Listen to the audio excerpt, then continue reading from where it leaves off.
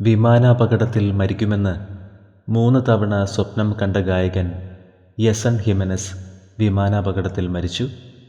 ജനുവരി 10-ാം തീയതിയാണ് അപകടം സംഭവിച്ചത്.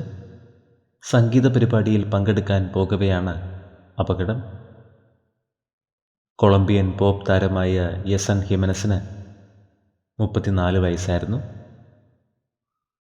കഴിഞ്ഞയിടെ ഒരു മാധ്യമത്തിന് നൽകിയ അഭിമുഖത്തിൽ താൻ വിമാനാപകടത്തിൽ മരിക്കുന്നതായി 3 തവണ സ്വപ്നം കണ്ടു എന്ന് ഗായകൻ വെളിപ്പെടുത്തിയിരുന്നു.